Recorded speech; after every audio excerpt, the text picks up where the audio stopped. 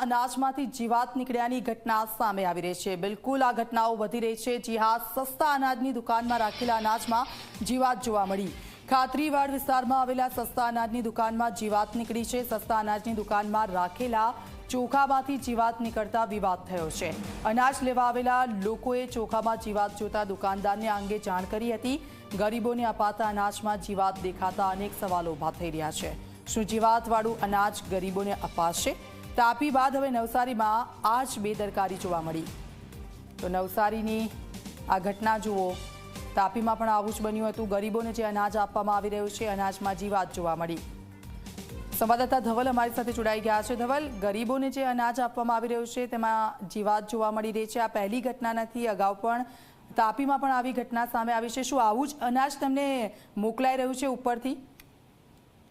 જો દીક્ષિતા, આ જે ઘટના છે ગતરોજની છે। ગતરોજ સાંજે જ્યારે લોકો ત્યાં આગળ ખત્રીવાડ પાસે જે કંટ્રોલ છે એ કંટ્રોલમાં પહોંચ્યા હતા સસ્તા અનાજની દુકાનમાં, ત્યારે આ ચોખા જે છે એ ચોખામાં જીવાત નીકળી હતી અને એના લઈને લોકોએ જ્યારે વિરોધ કર્યો ત્યારે સામે કંટ્રોલ ધારકે બી જે આવે છે એ આપે છે એ ટાઈપની વાત કરી, એટલે વિવાદ વકર્યો હતો અને લોકોએ સારા અનાજની માંગ કરી હતી। મહત્વની વાત છે કે આ પ્રમાણે જે છે અનાજનો જથ્થો તો આવે છે પણ એની કાળજી લેવામાં નથી આવતી। ઘણીવાર એવું હોય છે કે લાંબો સમય સુધી એ પડી રહે એટલે આવી જીવાતો થઈ જતી હોય છે।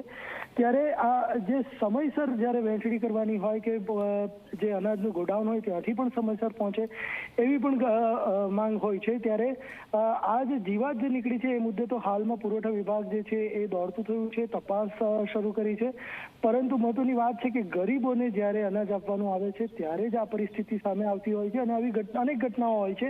ત્યારે આ તાપી બાદ નવસારીમાં પણ આવું બન્યું છે અને એની તપાસ શરૂ થઈ છે। જી બિલકુલ, આભાર ધવલ। આપની પાસેથી અપડેટ્સ લેતા રહીશું। તો આપ જુઓ, ગરીબોને જે અનાજ પહોંચાડવામાં આવી રહ્યું છે, અનાજમાંથી સતત જીવાત નીકળવાના કિસ્સાઓ સામે આવી રહ્યા છે।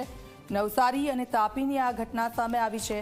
તો તાપી વ્યારાના પનિયારી ગામે ચણામાંથી નીકળી જીવાત।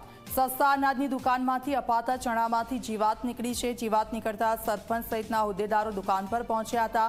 સંચાલકે આ મામલે સરકારની જવાબદારી હોવાનું રટણ કર્યું છે।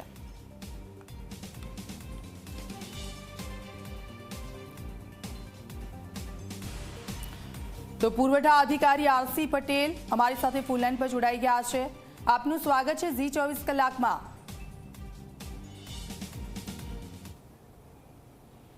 આરસી પટેલ સાહેબ, આપને મારો અવાજ આવી રહ્યો છે? હા હા, બોલો। નવસારીમાં જે ગરીબોને અનાજ આપવામાં આવી રહ્યું છે તેમાંથી જીવાત નીકળવાની ઘટનાઓ બની રહી છે, આપને જાણ છે ખરી? સિમ્પલ એક કાલે ફરિયાદ આવી હતી, એમાં તાત્કાલિક એનું આ કરીને જથ્થો રિપ્લેસ કરાવી દીધો છે ગોડાઉન મેનેજરને કહીને। બીજું કઈ ઇસ્યુ નથી। સિમ્પલ પેલો જથ્થો જેવો ખોલ્યો, ગુણ ખોલી એમાંથી કંઈક ધ્યાન આવ્યો છે એટલે એમાંથી કોઈ ડિસ્ટ્રીબ્યુશન કે કોઈ નથી થયું, એ રિપ્લેસમેન્ટ કરાવી દીધું છે। પણ સાહેબ, ગરીબોને ચોખ્ખું અનાજ આપવાની જવાબદારી કોની? આ વાત બરાબર છે, પણ આટલા જથ્થામાં જથ્થો એમાં જે ભાઈ હોય એ ચલો આપણે માનીએ છીએ કે એકવાર જથ્થામાંથી એવું અનાજ નીકળે જીવાત વાળું, પણ વારંવારની આ પ્રકારની ઘટનાઓ બને એટલે કોઈ જાળવણી કરવામાં નથી આવતી, કોઈ સાવચેતી રાખવામાં નથી આવતી? બધાને ઓલરેડી સૂચના આપી છે, એફટીસી વાળાને ઓલરેડી અગાઉ સૂચના આપી છે કે આવું કોઈ બી હોય તો તાત્કાલિક રિપ્લેસમેન્ટ ડિસ્ટ્રીબ્યુશન નહીં કરવું। સાહેબ, ચોખ્ખું અનાજ આપો, કારણ કે ઉપરથી જ આવું અનાજ આવે છે એવી એ લોકો કહી રહ્યા છે। ના ના, એવું નથી। આ જસ્ટ એક સિમ્પલ એક જેવો કટ્ટો દુકાનમાં ખોલ્યો છે, ધ્યાન નહીં એટલે તરત સાઇડિંગ કરીને એમાંથી વિતરણ થયું નથી। એક જ કટ્ટામાં આવો ઇસ્યુ હતો એટલા। ઓકે સાહેબ, આપણે જ્યારે બહાર લેવા જઈએ છીએ, પૈસા આપીએ છીએ ત્યારે તો આપણે ચોખ્ખું અનાજ માંગીએ છીએ, પછી ગરીબોને આપવાનું છે એટલા માટે આ પ્રકારની બેદરકારી અને એને જવા દેવામાં આવે છે? ના ના મેમ, ઇન્સિડન્ટલી બન્યું, એમાં કોઈ ઇન્ટેન્શનલી કે એવું કશું છે ત્યાં તો।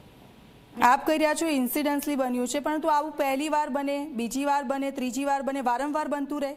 ના, ઓલરેડી દરેક ગોડાઉન મેનેજર સૂચના આપશે, કોઈ બી જથ્થોમાં કંઈ બી તમને ધ્યાન આવે તાત્કાલિક જ્યારે આપણું ડીએસડી થાય ત્યારે રિપ્લેસમેન્ટ કરી આપે છે। કોઈ બી દુકાનદારના સલાહમાં ધ્યાન ના આવે તો પણ તાત્કાલિક બદલી આપવામાં આવશે। બિલકુલ, આપ અમારી સાથે જોડાયા, વાતચીત કરી તે બદલ આપનો ખૂબ ખૂબ આભાર। તો આપ જુઓ, જે રીતે સસ્તું અનાજ આપવામાં આવી રહ્યું છે ગરીબોને, પરંતુ આ સસ્તા અનાજમાંથી જીવાત નીકળવાની ઘટનાઓ એક પછી એક વધી રહી છે। નવસારીની આ ઘટના સામે આવી છે।